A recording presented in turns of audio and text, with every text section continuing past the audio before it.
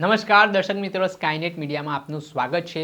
અમદાવાદના નારોલ વિસ્તારમાં મજાકમાં થયેલી ફાયરિંગની ઘટના બાદ ફાયરિંગ કરનાર શખ્સો સામે ગુનો નોંધવામાં આવ્યો છે અને કાયદેસરની કાર્યવાહી કરાઈ છે। ઘટનામાં કહેવાય રહ્યું છે કે 3 મિત્રો છે તે ભેગા થાય છે શિવાલિક રેસિડેન્સીમાં। સિદ્ધાંતસિંહ નામનો જે વ્યક્તિ છે તેના ત્યાં જમવાનો કાર્યક્રમ રાખવામાં આવે છે। ત્યારે સિદ્ધાંત પાસે ગેરકાયદેસર રીતે પિસ્તોલ હતી। આ પિસ્તોલ ટેબલ પર હોય છે ત્યારે રોહિત પ્રજાપતિ અને એક સગીર છે ત્યાં પિસ્તોલથી રમવા લાગે છે। અચાનક રમતા ટ્રિગર દબાઈ જાય છે અને સગીરના માથાના ભાગે ગોળી વાગતા મામલો બીચક્યો હતો અને આ ઘટનામાં તાત્કાલિક સારવાર માટે સગીરને હોસ્પિટલ લઈ જવામાં આવે છે। અને આ ઘટના બાદ સિદ્ધાંત સિંહ અને રોહિત પ્રજાપતિ જે રીતે આખી ઘટનાને છુપાવવાનો પ્રયાસ કરી રહ્યા હતા તે મામલે આસપાસના લોકોમાં કૌતૂહલ સર્જાયું અને પોલીસને જાણ કરતાં પોલીસે જ્યારે તપાસ શરૂ કરી ત્યારે ઘટસ્ફોટ થયો। આ મામલાના સંદર્ભમાં જે હાલ સગીર છે તેની હાલત કાબૂમાં છે, પણ જે ફાયરિંગનો બનાવ બન્યો તે મામલે શું કહી રહ્યા છે એસીપી યુવરાજસિંહ ગોહિલ, તેમને સાંભળો।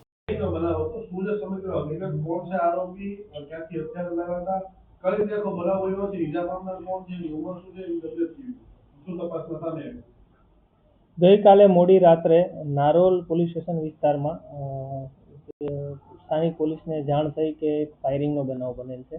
તાત્કાલિક નારોલ પોલીસની ટીમ અને વટવા પોલીસની ટીમ સ્થળ ઉપર જઈને તપાસ કરતા એક જે ડિટેલ પૂછતા એવું જાણવા મળેલ છે કે 3 મિત્રો ભેગા થયા હતા, જેમાં એક મિત્રના ઘરે ભેગા થઈને તેઓ જમવાનો પ્રોગ્રામ કરતા હતા રાત્રે 12:30 વાગ્યા આજુબાજુ। ત્યારબાદ જે આ કામના આરોપી છે સિદ્ધાંતસિંહ, તેમના ઘરમાં એક પિસ્તોલ, દેશી બનાવટની પિસ્તોલ હતી, તેને એકબીજા જે મિત્રો છે તે ચેક કરતા હતા લોડ કરીને।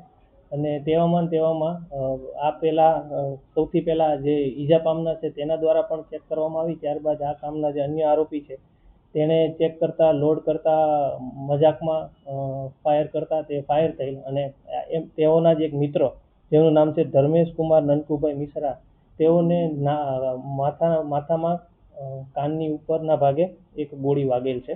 તેઓને તાત્કાલિક આ બંને મિત્રો છે તેઓ હોસ્પિટલ લઈ ગયેલા અને આ અનુસંધાને નારોલ પોલીસ સ્ટેશનમાં એક ગુનો દાખલ કરવામાં આવેલો, જેમાં ભારતીય ન્યાય સંહિતાની કલમ 110-54 તથા આર્મ્સ એક્ટની કલમ 25(1)(b) અને 27(1) મુજબ ગુનો દાખલ કરીને આગળની તપાસ હાથ ધરતા આ કામના જે 2 અન્ય જે ફાયરિંગ કરનાર અને તેની સાથે રહેનાર 2 ઈસમો છે તેઓની નારોલ પોલીસ દ્વારા ધરપકડ કરવામાં આવી છે।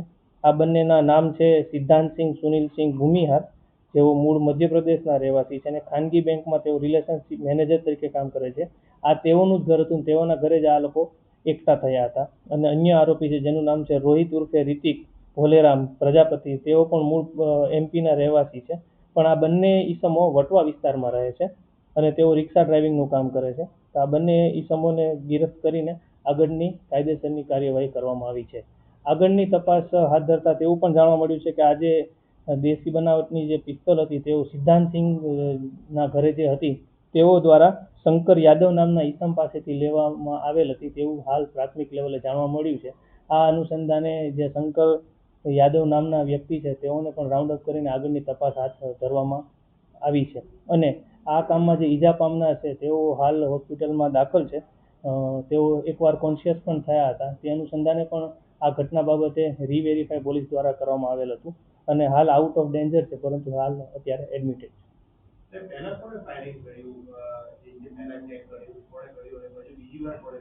આ કામના આ ત્રીજી વાર જે ઘટના થઈ, પ્રાથમિક લેવલે જાણવા મળ્યું તે અનુસંધાને આ ત્રીજી વાર જે ત્રીજા વ્યક્તિ દ્વારા જે સિદ્ધાંતસિંહ દ્વારા જ્યારે આ ગનને ફરીથી ચેક કરવામાં આવી ત્યારે ફાયરિંગની ઘટના થયેલ હતી। તે અગાઉ પણ આ કામના ઈજા પામનાર તથા અન્ય જે રોહિત પ્રજાપતિ નામના ઈસમ છે જે આરોપી છે તેઓ દ્વારા પણ આ પૂર્વ એ દરમિયાન ચેક કરવામાં આવેલ હતું, પરંતુ ત્યારે ટ્રિગર દબાવવાથી ફાયર થયેલ ન હતું।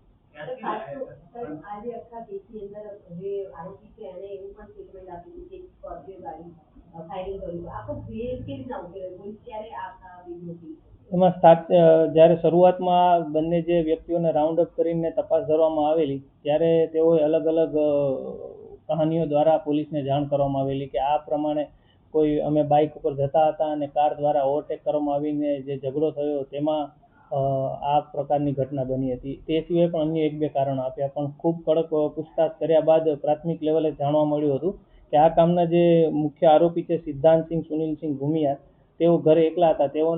તેઓની માતા છે તે હોસ્પિટલાઇઝ છે, તેઓને એક બીમારી છે તે અનુસંધાને. તો તેઓની માતાની ખબર કાઢવા જે અન્ય બે જે મિત્રો હતા તેઓ તેના ઘરે આવેલ હતા અને જમ્યા બાદ તેઓની માતાની ખબર કાઢવા જવાના હતા, પરંતુ તેઓને પોતાના ઘરે આ ઘટના થઈ છે તે જાણ ન કરવી હતી, તે માટે તે લોકો ગેરમાર્ગે દોરતા હતા.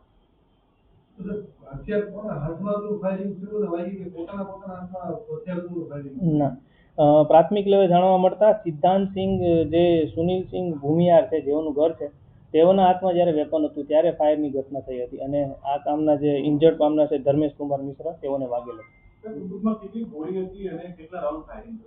એક રાઉન્ડ જ ફાયર થયું હતું અને એક જ ગોળી હતી એવું જાણવા મળે છે. હાલ હથિયાર તેઓ દ્વારા જે વિગત આપે છે જ્યાં ફેંકવામાં આવ્યું છે ત્યાં હાલ પોલીસની ટીમ તપાસ ચાલુ છે અને જલ્દીથી જલ્દી હથિયારને રિકવર કરીને પણ આગળની કાર્યવાહી કરવામાં આવશે. તે બાબતે અગાઉ મેં જાણ કરી તે મુજબ શંકર યાદવ નામના ઈસમ પાસેથી લાવેલ હતા જે નારોલના રહેવાસી છે. તેઓને પણ હાલ રાઉન્ડ અપ કરીને આગળની પૂછતાછ ચાલી રહી છે કે તેઓ દ્વારા ક્યાંથી મેળવવામાં આવ્યું હતું અને કોના દ્વારા મેળવવામાં આવ્યું હતું અને કયા કારણોસર મેળવવામાં આવ્યું. આપણે સાંભળ્યા હતા એસીપી યુવરાજસિંહ ગોહિલ, તેમના મામલે નિવેદન આપ્યું છે અને આ ઘટનાના સંદર્ભમાં તેમણે જે ગેરકાયદેસર પિસ્તોલ રાખી અને ફાયરિંગ કરવા બદલ અલગ અલગ કલમ હેઠળ ગુનો દાખલ કરીને કાયદેસરની કાર્યવાહી હાથ ધરી છે. દર્શક મિત્ર, આવા જ વિડીયો જોવા માટે સ્કાયનેટ મીડિયા જોતા રહો.